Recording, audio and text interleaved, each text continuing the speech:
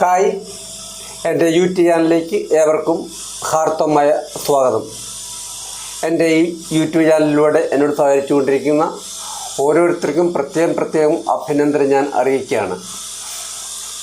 കന്നഡ സംഗീതത്തിലൂടെ നമുക്ക് എങ്ങനെ കീബോർഡ് പഠിക്കാം എന്നുള്ളതിൻ്റെ ഭാഗമായിട്ടാണ് നിങ്ങൾക്കിപ്പോൾ ക്ലാസ്സുകൾ തന്നുകൊണ്ടിരിക്കുന്നത്. ഇതോടൊപ്പം തന്നെ വയലിൻ്റെ ക്ലാസ്സും നിങ്ങൾക്ക് വീഡിയോ ആയിട്ട് തരുന്നുണ്ട്.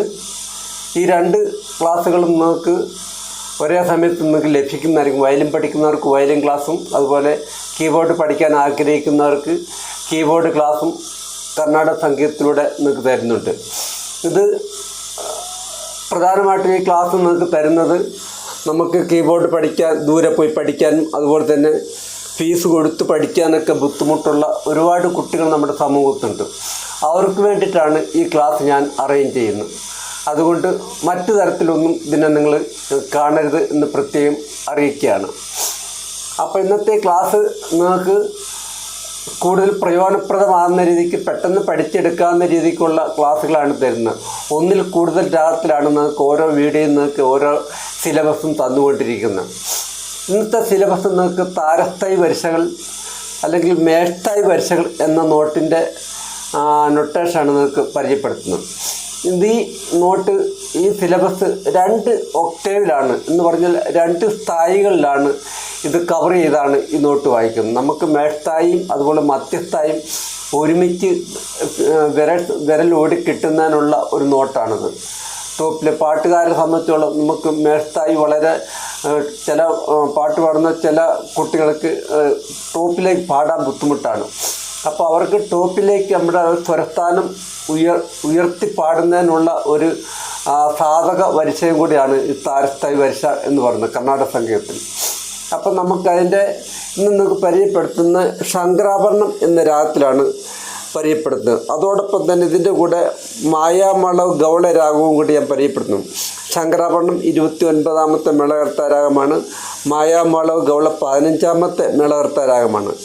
കാരണം മായാമളവ് ഗൗള നമ്മൾ അടിസ്ഥാന രാഗമായിട്ട് പഠിപ്പിക്കുന്നതുകൊണ്ട് ഈ 2 രാഗത്തിലും നിങ്ങൾ പ്രാക്ടീസ് ചെയ്യണം. മായാമളവ് ഗൗള രാഗത്തിലും അതുപോലെ തന്നെ ശങ്കരാഭരണം രാഗത്തിലും നിങ്ങൾ പഠിക്കുക. ശങ്കരാഭരണം രാഗം മേജർ രാഗമായതുകൊണ്ട് നമുക്ക് സിനിമാ ഗാനങ്ങളൊക്കെ കൂടുതലും ഈ ശങ്കരാഭരണം രാഗത്തിൻ്റെ ആ റൂട്ടിലൂടെയാണ് കടന്നു പോകുന്നത്.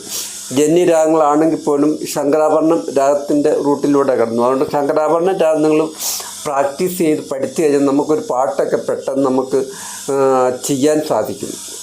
അപ്പം ഞാൻ ആദ്യമായിട്ട് ശങ്കരാഭരണം രാഗത്തിൻ്റെ സ്വരസ്ഥാനം ഒന്ന് വായിച്ച് കേൾപ്പിക്കാം. നിങ്ങൾ ശ്രദ്ധിക്കാം.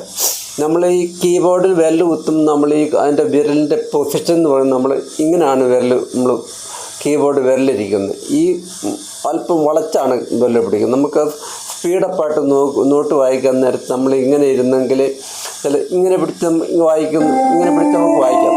അപ്പം നമുക്ക് ഇങ്ങനെ പിടിച്ച് വായിക്കുന്നത് തമ്മിൽ ഒരുപാട് വ്യത്യാസമുണ്ട്. നമ്മൾ അല്പം സ്പീഡപ്പായിട്ട് ഇങ്ങനെ ഇരിക്കുന്നതാണ് നമുക്ക് സ്പീഡപ്പായിട്ട് വായിക്കാൻ എളുപ്പം. അപ്പോൾ നമ്മൾ ഇങ്ങനെ തന്നെ പിടിച്ച് വായിക്കുക. അപ്പോൾ നമുക്ക് ഇപ്പം നിങ്ങൾക്ക് കീ മനസ്സിലാകാൻ വേണ്ടി ഞാനത് ഈ വിരൽ പതിപ്പിച്ചാണ് നിങ്ങൾ വായിച്ച് കേൾപ്പിക്കുന്നത്. ശങ്കരാഭരണത്തിൻ്റെ നോട്ട് ഇപ്പോൾ ഞാൻ ഇങ്ങനെ പിടിച്ച് നിങ്ങൾക്ക് കീ കാണാൻ പറ്റാൻ വരും. അതുകൊണ്ട് ഞാൻ നിങ്ങൾക്ക് കീ കാണാൻ വേണ്ടി ഞാനത് വിരൽ പതിപ്പിച്ചാണ് നിങ്ങൾ വായിച്ച് കേൾപ്പിക്കുന്നത്. ഒന്നാമത്തെ നോട്ട് ശ്രദ്ധിക്കുക.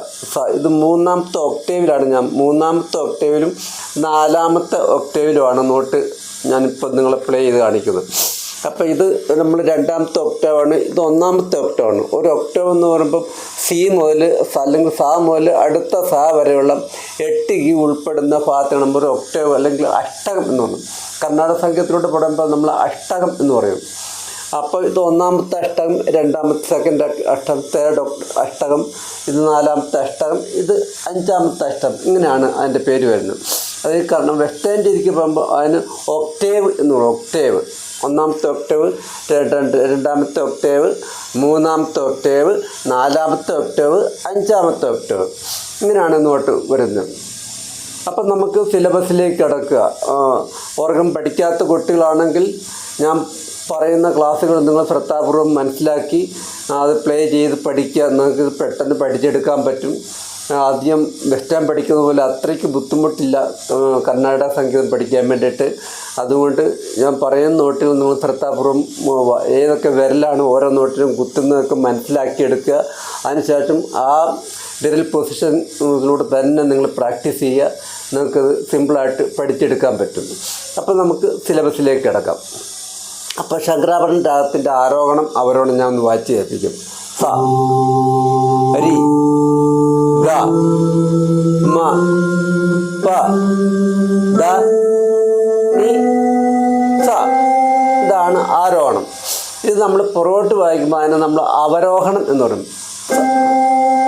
നി ദ പ മ ഗ രി സ. ഇതാണ് ശങ്കരാഭരണ രാഗത്തിൻ്റെ ആരോഹണം. ഇപ്പോൾ ഒന്നാമത്തെ നോട്ട് ഞാൻ ഒന്ന് പറയാം, നിങ്ങളത് ബുക്കുണ്ടെങ്കിൽ ബുക്കിനകത്ത് എഴുതിയെടുക്കുക. സരിഗമ പദനിസ സ സ ധനി സാരി സനി ദപ സനി ദപ മകരിസ. അപ്പം ഞാൻ അതൊന്ന് വായിച്ച് കേൾപ്പിക്കാം. സ രി ഗ മ പ ദ നി സ സ സ. അത്ര ടൈം അവിടെയുണ്ട്. അപ്പം നമ്മൾ സ കഴിഞ്ഞ് അതിൻ്റെ വലതുവശത്തൊരു 3 ദീർഘം വരും. 3 ദീർഘം വരുന്ന അത്രയും സ്വരസ്ഥാനമാണ്. അപ്പോൾ അത്രയും നമ്മൾ ഋതമായിട്ട് നമ്മൾ വായിക്കണം. അത് കഴിഞ്ഞ് ദ നി സ രി സ നി ദ പ സ നി ദ പ മ ഗ രി സ. ഞാൻ അതൊന്നും കൂടെ വായിച്ച് കേൾപ്പിക്കാം. സ രി ഗ മ പ ദ നി സ സ സ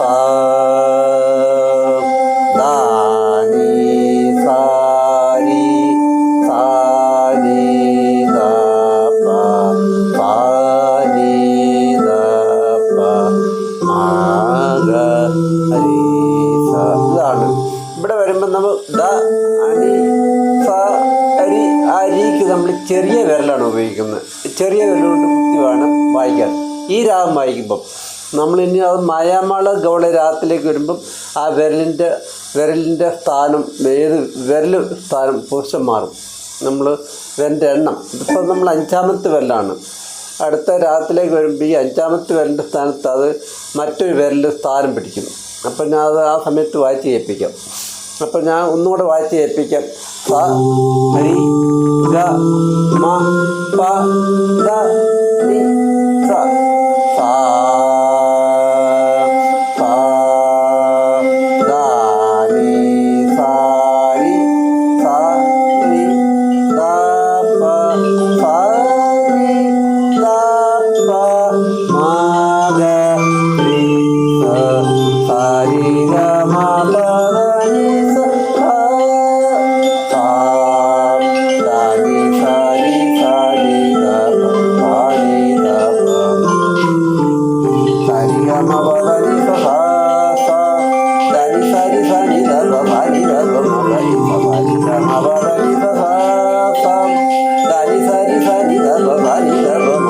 സ അപ്പം ഇത് ഒന്നാമത്തെ നോട്ടാണ്. ഇപ്പം ഈ നോട്ട് നിങ്ങൾ ഇതുപോലെ നല്ലപോലെ പ്രാക്ടീസ് ചെയ്ത് പഠിക്കുക. 1ാം കാലം, 2ാം കാലം, 3ാം കാലം, 4ാം കാലം, അങ്ങനെ 4 കാലത്തിനകത്ത് നിങ്ങളിത് പ്രാക്ടീസ് ചെയ്ത് പഠിക്കണം. 1ാം കാലം എന്ന് പറയുമ്പോൾ നമ്മൾ 1ാം കാലം പഠിക്കുന്നിടത്ത് അതിൻ്റെ വിരൽ എണ്ണം പിടിക്കുമ്പോൾ ഓരോ അക്ഷരം വെച്ചാണ് എണ്ണം പിടിക്കുന്നത്. 2ാം കാലം പാടാൻ നേരത്ത് നമ്മൾ 2 അക്ഷരം വെച്ച, അപ്പം സ രി ഗ മ പ ദ നി സ സ നി ദ പ മ ഗ രി സ. ഇങ്ങനെ 2ാം കാലം. 3ാം കാലം വരുമ്പം ഒരു അടിക്ക് നമ്മൾ ഓരോ എണ്ണത്തിന് 4 അക്ഷരം വെച്ച് താളം പിടിക്കണം. സ ടി ഗ മ പ ദ നി സ സ നി ദ പ മ ഗ രി സ ടി ഗ മ പ ദ നി സ സ നി ദ പ മ ഗ രി. നാലാം കാലം വരുമ്പം ഒരടിക്ക് 8 അക്ഷരം വേണം. 8 അക്ഷരം വേണം. സരിഗമപദനിസ. ഈ ഒരു സമത്തിന് നമ്മൾ ഇങ്ങനെ അടിക്കുന്ന സമം എന്നാണ് പറയുന്നത്.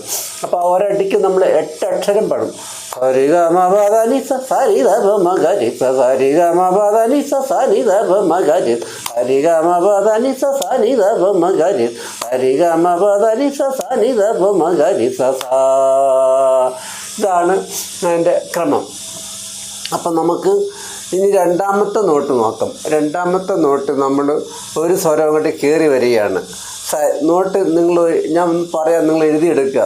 സരിഗമ പദനിസ സ സ ധനി സാരി സ സരി സ സാരി സാനി ദാപ മാപ്പ ധനി സാരി സാനി ദാപ സാനി ദാപ മഗ രീസ. ഇതാണ് രണ്ടാമത്തെ നോട്ട്. അത് ഞാൻ ഒന്ന് വായിച്ച് കേൾപ്പിക്കാം. സാരി ഗമ പദ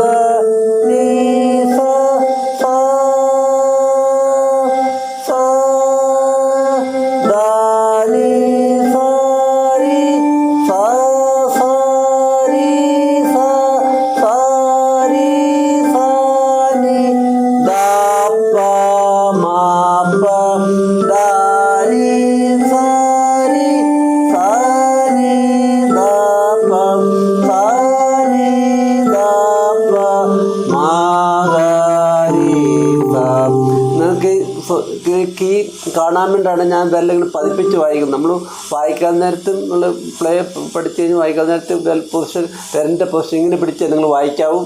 അപ്പം നിങ്ങൾക്ക് കീ കാണാൻ വേണ്ടിയാണ് ഞാൻ വിരലുകൾ പതിപ്പിച്ച് വായിക്കുന്നത്. അപ്പോൾ അത് നമ്മൾ അതിൻ്റെ അടുത്ത കാലത്തിലേക്കും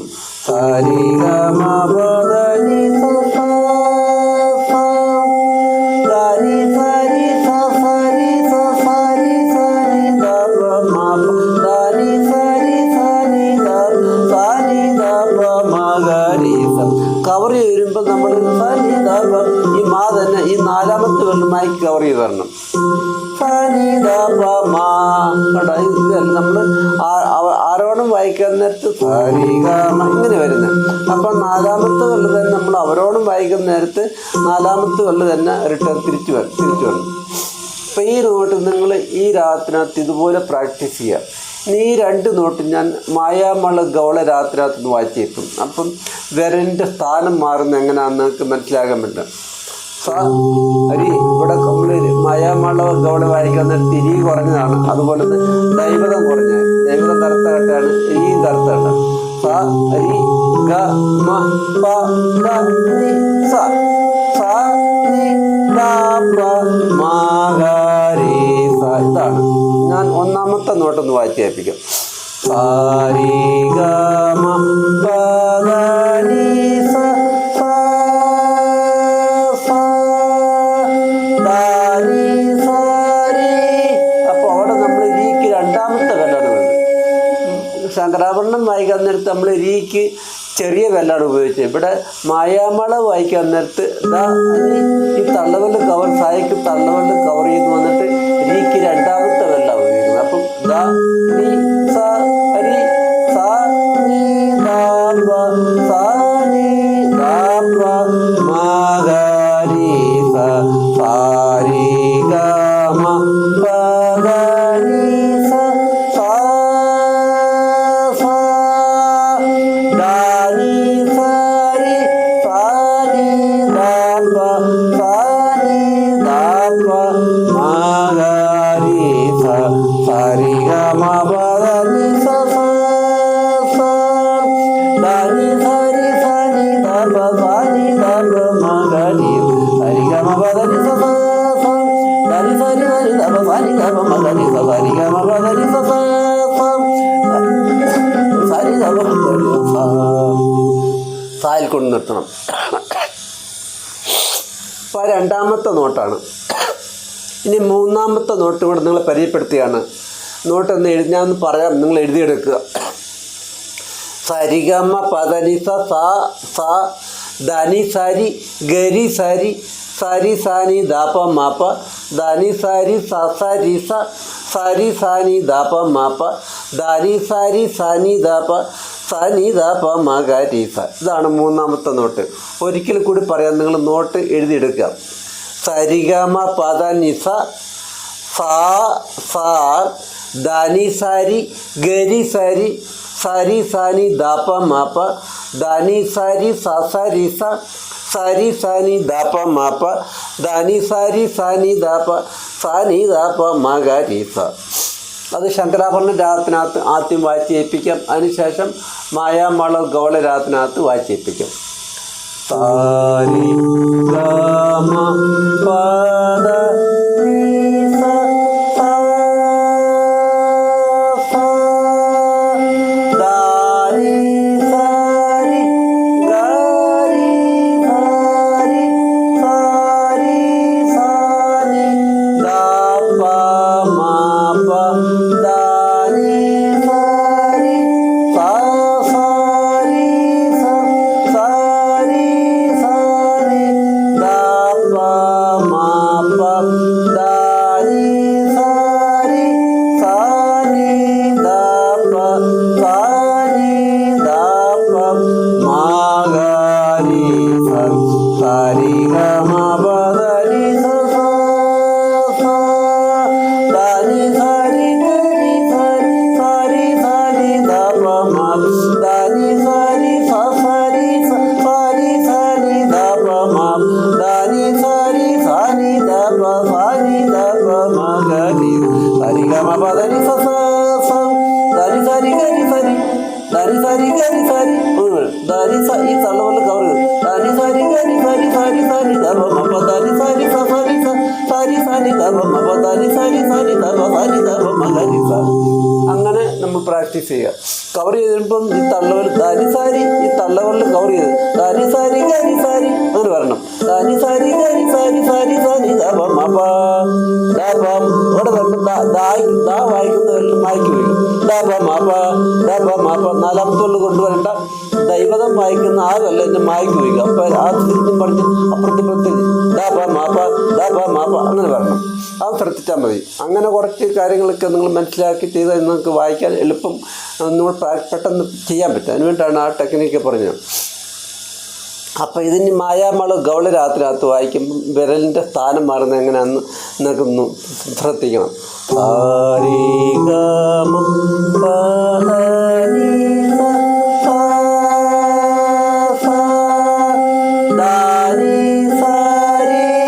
ഇവിടെ രണ്ടാമത്തെ ഇവിടെ വരുമ്പോൾ നമ്മൾ രണ്ടാമത്തെ പോലെ തന്നെ വീക്ക് ഉപയോഗിക്കുന്നു. പക്ഷെ ഇവിടെ വരുമ്പോൾ ആ രണ്ടാമത്തെ ഉണ്ട് ധാനി സാരി ഗരി സാരി സാരി സാനി ദാപ മാപ ധാനി സാരി സാ സാരി സ സാരി സാനി ദാപ മാപ ധാനി സാരി സാനി ദാപ സാനി ദാപ മഗരി സ സാരി ഗമ പദ നിസ സാ സാ ധാനി സാരി ഗരി സാരി സാരി സാനി ദാപ മാപ ധാനി സാരി സ സാരി സ സാരി സാനി ദാപ മാപ ധാനി സാരി സാനി ദാപ സാനി ദാപ മഗരി സ.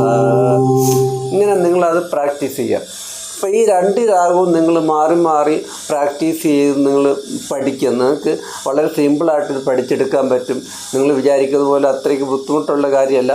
നിങ്ങൾ പ്രാക്ടീസ് ചെയ്യുക. ഈ രണ്ട് രാഗത്തിലും പ്രാക്ടീസ് ചെയ്യുക. പിന്നെ ഇനി ഓരോ ക്ലാസ്സിൽ ഞാൻ രാഗങ്ങൾ മാറി മാറിയാണ് നിങ്ങൾക്ക് തരുന്നത്. ഓരോ സിലബസും കഴിയുമ്പം വേറെ പുതിയ രാഗങ്ങൾ മാറ്റി മാറ്റിയാണ് തരുന്നത്. അപ്പം നിങ്ങൾക്ക് രാഗങ്ങൾ പുതിയ പുതിയ രാഗങ്ങൾ തരുന്നതിൻ്റെ കാരണം നിങ്ങൾക്ക് ഓരോ പാട്ട് നമ്മൾ സിനിമ ചലച്ചിത്ര ഗാനങ്ങളായാലും എല്ലാ ഗാനങ്ങളും അത് ഓരോ രാഗത്തിലാണ് തിട്ടപ്പെടുത്തി വെച്ചിരിക്കുന്നത്. അപ്പോൾ ഒരുപാട് രാഗങ്ങൾ പഠിച്ചെങ്കിൽ നമുക്ക് ഓരോ പാട്ടിൻ്റെ രാഗം നമുക്ക് കണ്ടുപിടിക്കാൻ പറ്റത്തുള്ളൂ. അതുകൊണ്ടാണ് രാഗം മാറ്റി മാറ്റി നിങ്ങൾക്ക് തരുന്ന രാഗങ്ങൾ നിങ്ങൾ നല്ലപോലെ പ്രാക്ടീസ് ചെയ്ത് പഠിക്കും. അപ്പം വീഡിയോ ഇവിടെ കൊണ്ട് പൂർണ്ണമായാണ്. നിങ്ങൾക്ക് ഇന്നത്തെ ഈ ക്ലാസ് ഇഷ്ടമായെങ്കിൽ നിങ്ങൾ ലൈക്ക് ചെയ്യുക. എന്തെങ്കിലും സംശയങ്ങളുണ്ടെങ്കിൽ നിങ്ങൾ മെസ്സേജിലൂടെ എഴുതി ചോദിക്കാവുന്നതാണെങ്കിൽ നിങ്ങൾക്ക് മനസ്സിലാകുന്ന രീതിക്ക് ഞാൻ പറഞ്ഞു തരും. അടുത്ത വീഡിയോ നിങ്ങൾക്ക് ഉടനെ ലഭിക്കുന്നതായിരിക്കും. അതുവരെ പ്രതീക്ഷയോടെ കാത്തിരിക്കുക. താങ്ക്സ്.